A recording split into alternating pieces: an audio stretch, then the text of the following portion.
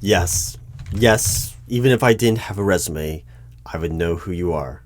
It is a pleasure to meet such a famous celebrity. No, I don't need an autograph. Just sit down. This is the first interview. There will be more if you pass our criteria. Yes, even for celebrities, everyone goes through the process, normally 2 interviews. This interview is being recorded, and I will be typing extensive notes regarding this interview and your answers, so do not be alarmed. No, none of this will show up in Vanity Fair, or TMZ, or on YouTube. You do realize we are a secret organization, correct? This is secret. This is a secret bureau organization business. We don't exist. We don't just offer up information to the tabloids or internet. Doesn't matter the price, doesn't matter who. Our interviews are confidential. We don't provide any information to anyone unless it is for our purposes, our reasons, and usually even if we do give information, it's usually for the purposes of a cover-up or misinformation and misdirection. No, we don't need to give you a code name for anonymity purposes. All interviews are confidential and classified. This isn't your regular human resources department. We are a secret organization, and that information is secret, even when interviewing a celebrity. Now, besides us being secret, what do you know about the company, business, organization, bureau? That's it. I see. I understand that we, as a secret organization, try to keep the information offline. As I mentioned, and publicly, we don't exist. That is the point of us being a secret agency. If everyone knew about us, we wouldn't be secret anymore. The entire purpose and point is that people don't know who we are, don't know our name, don't know our importance or our impact. So it's helpful for us that we don't exist at all, especially to people. I'm just surprised that you have gone this far in the interviewing process without knowing anything else about what we do. So how did you find out about this organization?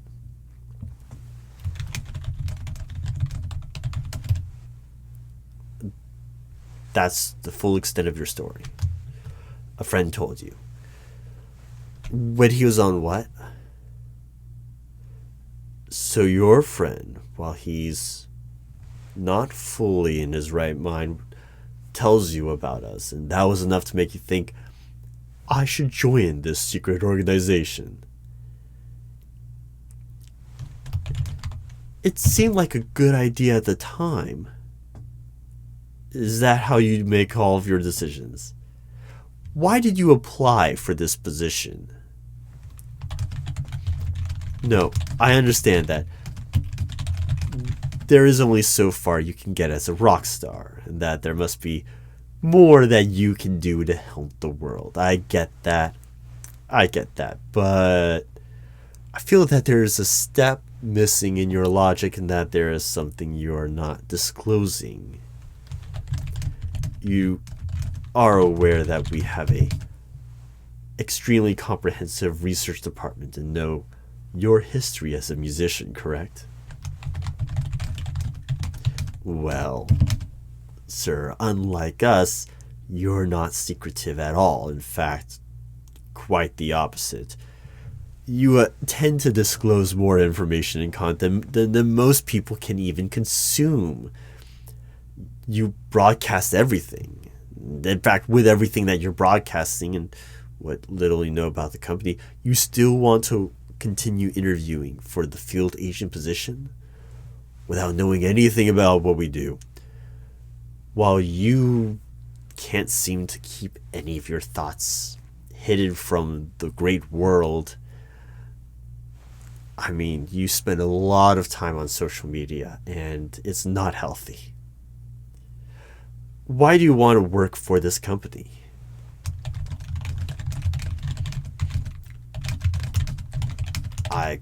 Excuse me. It would make a good story. That's why you're doing it. Rockstar, the secret agent. Do you think that being a secret agent would be cool? You've already traded your life for fortune and fame. You've cut your hair and changed your name, and now you want us to take away that name and give you a number. You do realize that we're not in the business of being cool. We're in the business of saving the world. Saving it from the unknowable things that humanity cannot comprehend and should not be aware of. You really have no idea what we do. Okay, are you comfortable with travel? Yes, I am aware that you've gone on a few world tours, but you could just say yes. If you were offered the job and started working here, what would your 5-year plan be? Where do you see yourself in 5 years?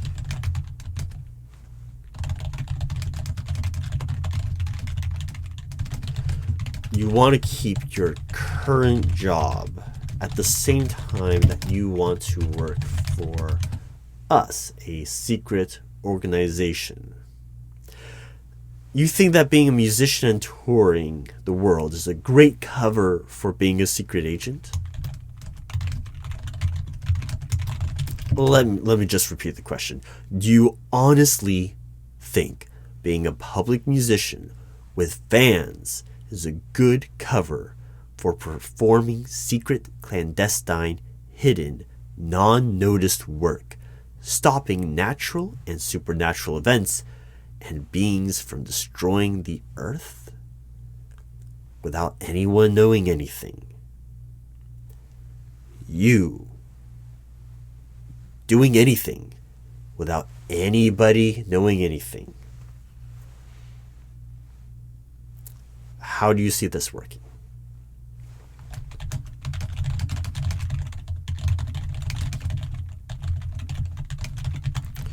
You would be the distraction. The misdirection. The thing people look at while the other agents get work done.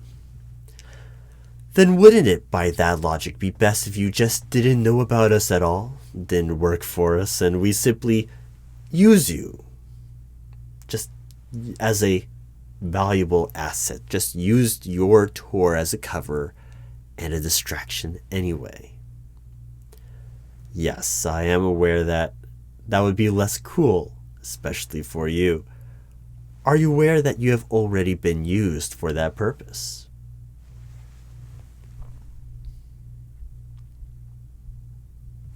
Listen. Do you want to know why you're famous? Do you want to know how much we do behind the scenes?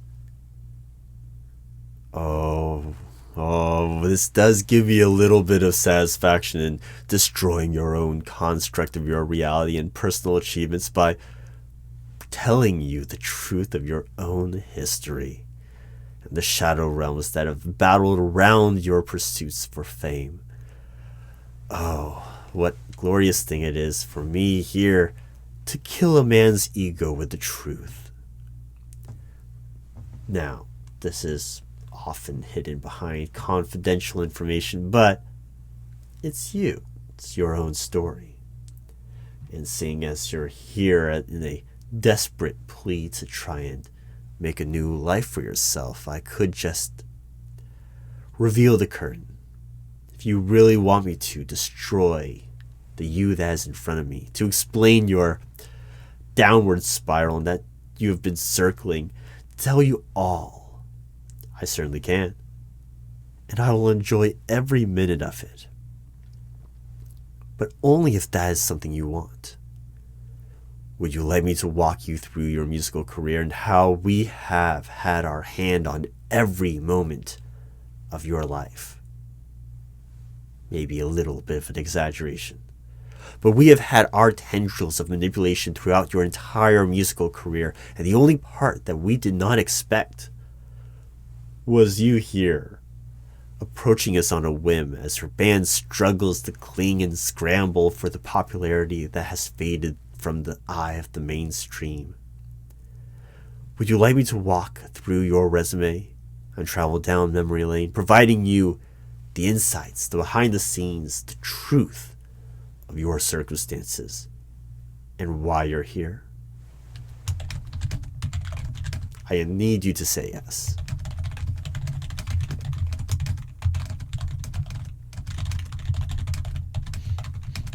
It's a bit of a long story. Okay, well, let's start with when you were born. You were born in the UK. You were put up for adoption and adopted by an accountant and his wife, and then moved to the US. Now, your father played guitar, your mother played piano, and your mother could sing beautifully. Her singing to you was your initial love for music. Your initial love for music, actually, is all you. We did not instill that, though. I'm going to get there. Anyway, your initial love for music wasn't engineered by us, unlike your bandmates. Hold on, I'm getting to that. You went to a preppy fancy school and looked for ways to rebel and set yourself apart. You learned all of the music theory that you could and enjoyed classical music and musicals, but really didn't find that as your way of expressing yourself. Not one for being adept or prone to scholarly pursuits, lacking in especially math. Interesting as how you took on music so well. You loved the math of music, but couldn't figure out how to extrapolate that to higher levels of math. Anyway, not being one for school, you sought freedom, and music was your path to carving out a name for yourself, to make a name. You wanted it all: the lights, the camera, the crowd, the applause. And what would you give to be a rock star? We saw that. We saw that love for music, and more importantly, that ambition for popularity and fame. So we introduce you to a new student at your school. Thus you meet your lead guitarist, who's a clone. Not a clone of you, of course. Clone of a famous guitarist. Name is actually confidential and redacted. But he was specifically engineered to play guitar and be a rock star. Everything about him, from his pretty boy looks, to his talents, to his skills, to his extremely built up high tolerance and resistance to inebriation and drugs. A perfect bandmate with a built-in receiver in his skull for us to input and implant suggestions. He also has a sleeper code to turn into a martial artist in the case that he or you are put into a circumstance that is necessary to protect either of you or the band, or in the case that we have a critical target that needs to be put down. The bass player you met in high school was also placed by us. No, he's not a clone, but he is different. It's a very long story, but the abbreviation is he's the victim of hypnotism gone wrong, which is why he was very amicable with any decisions the band made. It isn't normal hypnotism. It was more experimental, and oh, how bizarre. Unfortunately, I cannot disclose more of that classified information, but I would love to. Let's just get to the point. He's not normal in any circumstance. Excellent bass player, though. Yes, that is the reason why he ate his blanket while touring with you all. Yes, he is still suffering from side effects. Everything else, though, in your career, the producers, the managers, the tour guides, the roadies, they've all been supervised by us. We've micromanaged your career from the start. When you made your first record in high school and tried to get it signed, we were the ones that made sure it got signed. We didn't make the album exactly, but we were responsible for the radio airplay. We were responsible for getting it out far enough for everyone to look at it. And there, people ate it up. People enjoyed it. People loved your music. Your big hit was written by the lead guitarist. Really, it was written by us. Implanting suggestions. The keyboardist, that was a studio musician that just happened to have time to go on tour with you, he was a trained field agent. The chance to open a famous rock musician's last concert, organized and scheduled by us. That was a monumental moment for you as a performer. It was also critically important for us to provide cover for one of our operations. That night when you successfully performed well as a distraction for our purposes, that was a turning point for your career, and you proved useful for our purposes. The drummer, or should I say drummers of your band? What about them?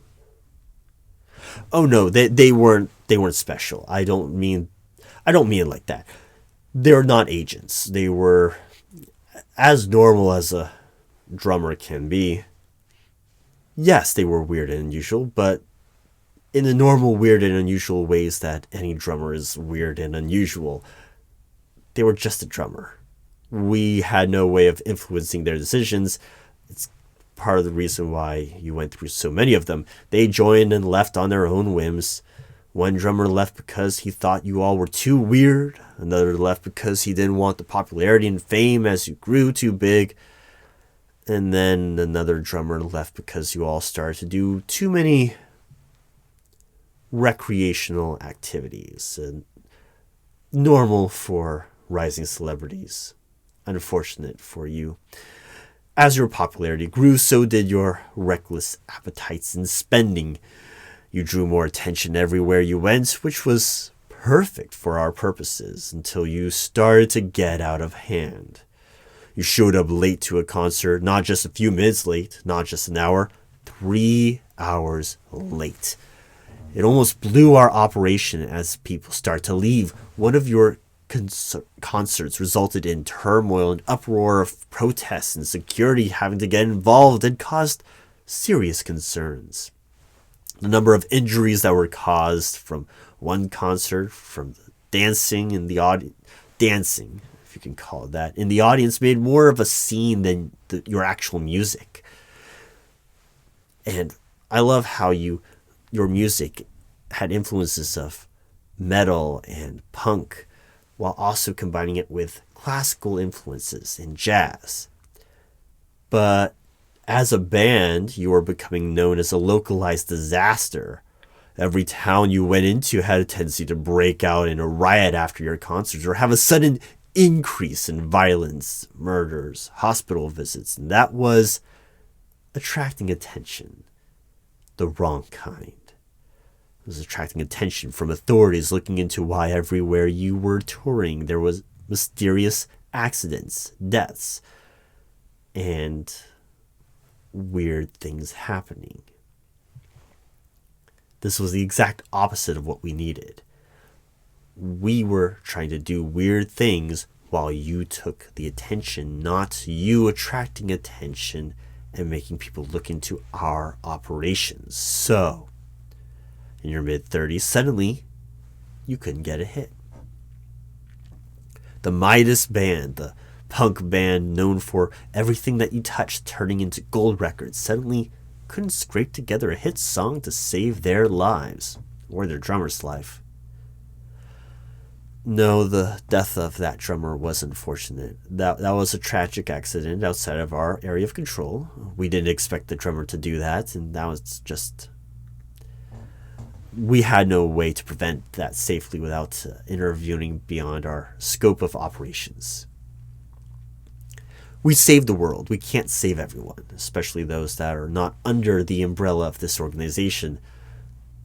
And believe me, none of your band are under the umbrella, even the lead guitarist. The failure of your career, however, that was not all us. In fact, most of it was you, because all we did was we took away the safety nets, the bumpers in the bowling alley, all of the orchestrations that made you the superstar phenomenon that you were. You fired your manager, or rather, the manager we had put in there specifically to manage and get you hits. So that was beneficial for us to take our hand off of the manipulation of your career. We stopped the producing and micromanaging behind the scenes.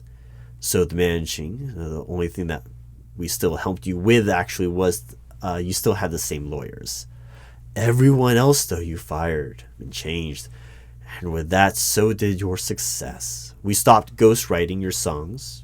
Just let you lead the way to ruin. The times, they were a-changing. The Rolling Stones had you on the cover the year before, and then you couldn't get your face on a television network no matter how hard you tried. We played the music industry game for you so you could just play the music. And once it was you trying to play both, you couldn't take the stress and pressure. Your talent, and believe me, you are talented. Just not that way. And that talent wasn't enough to save you in a cruel world of streaming and touring and musical politics. You ended up burning more bridges than we expected even, and nobody wanted to partner with you or have their name at all associated with you, which is impressive to accomplish without an actual scandal. We didn't do that. That was you. We thought about it, but we didn't have to. That's when the age started to hit you hard. Burning the candle at both ends, partying like a rock star. There's a limit to how much you can take before you burn out. And boy, did your band burn. Even a clone specifically engineered to rock hard and hard rock was hitting its limits and couldn't keep up on the strict schedule that you had of rock and rolling all night and then partying every day. It just wasn't sustainable anymore. You thought your career had hit rock bottom when you started doing the opening act for the county fair circuit. Then you found a lower corner of being forgotten, the discount bin of bands, the laughing stock of memes of nostalgia, the latent hints of remembering and recognition of, oh yeah, that band. Fads change, music evolves. If you don't hit the grade, the industry revolves, and it only cares about the winner. And you didn't learn enough to level up from beginner. You don't realize what you had. You don't know how much you lost. So you tried to do everything to reclaim your glory days. And at what a severe cost. Then, thanks to our lawyers, at least you didn't end up bankrupt or arrested for tax evasion. Though your songs and records got worse, worse, and worse, and worse. And now as you approach your mid-40s, you're thinking of anything else that you can use to leverage your failing and faltering reputation. And here you are, your body broken and self-abused from what you've been putting into it. Your finances in shambles from poor decisions and bad relationships, not just romantic, but putting your trust into fake friends that put on a show and persona just like you did. From posturing and pampering your ego, your self-esteem was so overinflated, and now here I am, popping it. Your concept of self has been put into such material senses that what is left of you, your spirituality and understanding and soul of the world, is a small shell inside a cave looking at the shadows. Here you are trying to get a dangerous occupation requiring significant knowledge and expertise and skills that you just don't have. You're not equipped to work here. No, we didn't ruin your career. We're the ones that made you in the first place. We're the ones that took a foolish child and made his dream come true. What you didn't realize was the genie's curse that you had opened when you signed that contract with the record label, and the devastation that you caused when you abused it and broke it. There is such a thing as rocking too hard, and you found the limits to what fame can achieve. Just be glad that your star faded and it didn't blow up in a supernova of bad publicity and scandals. Now that you know, you realize we don't need you, right? We understand you want to transition into something new, and that the music industry has hurt you, and it's hard for you to start new.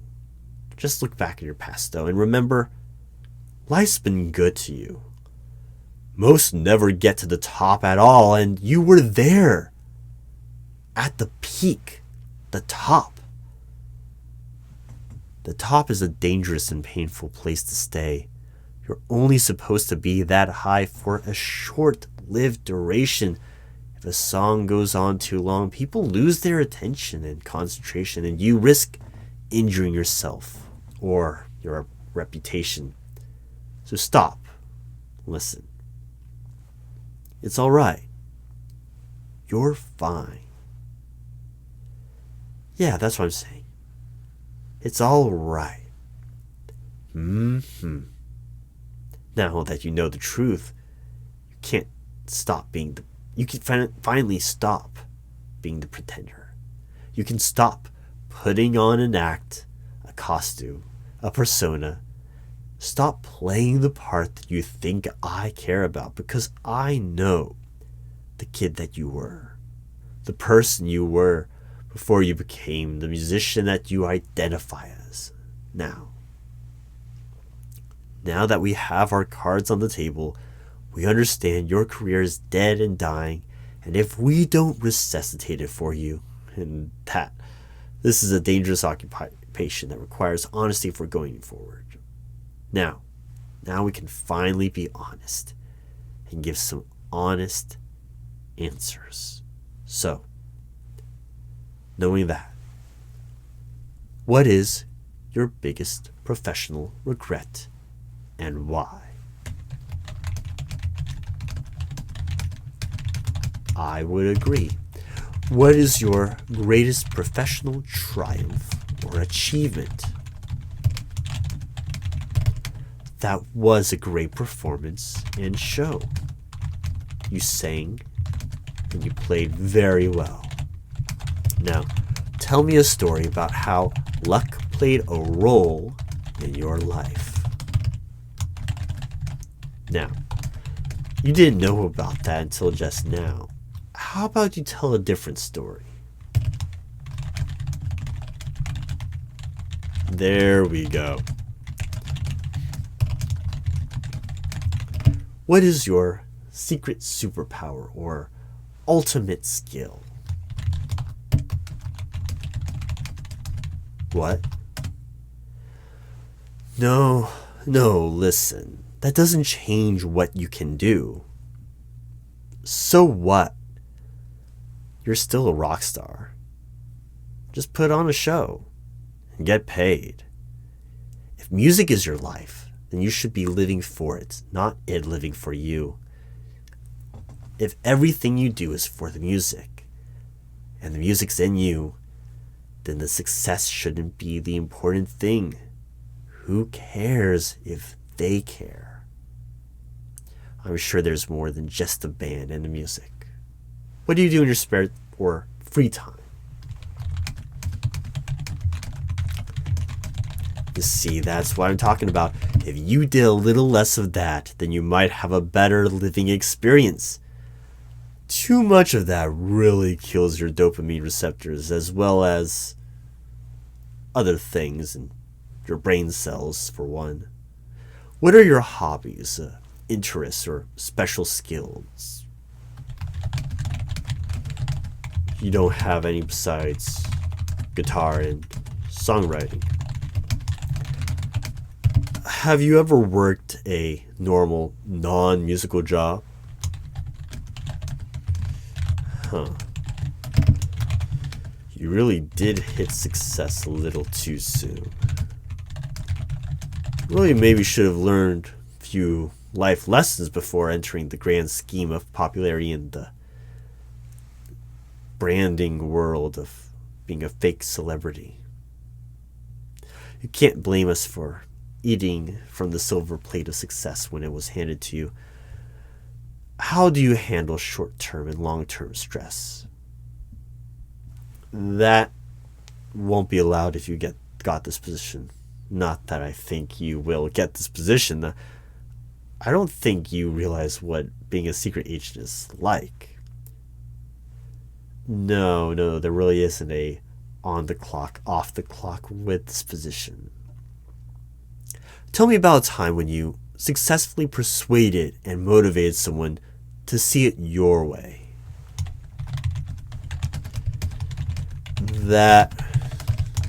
I'm sorry. You're gonna have to give us another example. That was us, actually. There we go. What is your favorite year you have been alive? Party like it's 1999. What is something that you always forget exists? Taxes, huh? No, you're not the first person to say that, unfortunately. What is under your bed?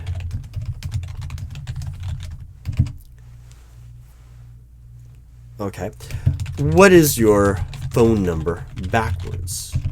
No. This isn't a sobriety test. We assumed you were sober. Are you not sober right now? That is an entirely different conversation then. Do you have any allergies? Any allergies at all? Do you like animals? What is your favorite animal? That is adorable. Why have you not written a song about that?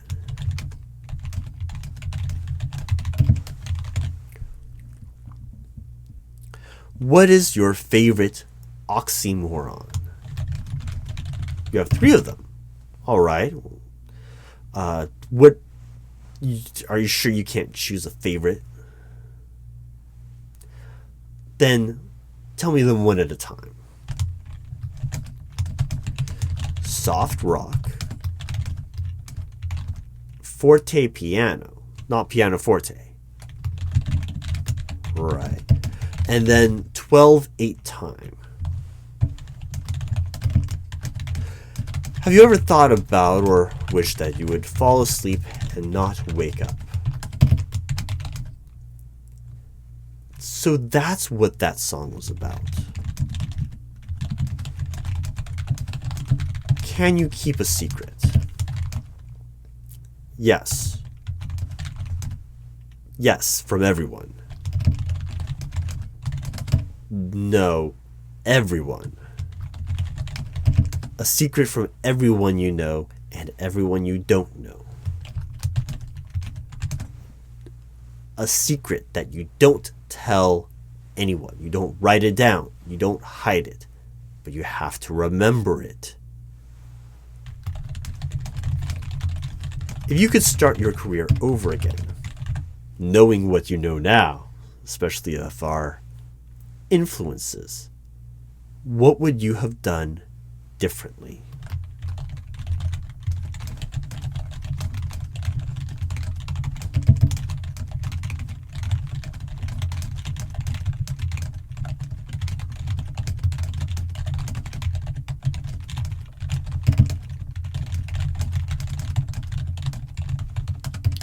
Now that is some songwriting. Very poetic, if not a little pitiful and pathetic, but still nice sentiment. Why should we not hire you? I don't know if I could have put that better myself. Let's move along then. Can you pass a background check, both federal and state? Can you pass a drug test? So we do regular random drug screening at a federal level that does include marijuana. Yes, it also includes harder drugs than marijuana. Can you use a forklift? Don't ask why. Answer the questions. Thank you. Do you have any tattoos or piercings that you would not be willing to have removed? And I'm aware you have a wide variety of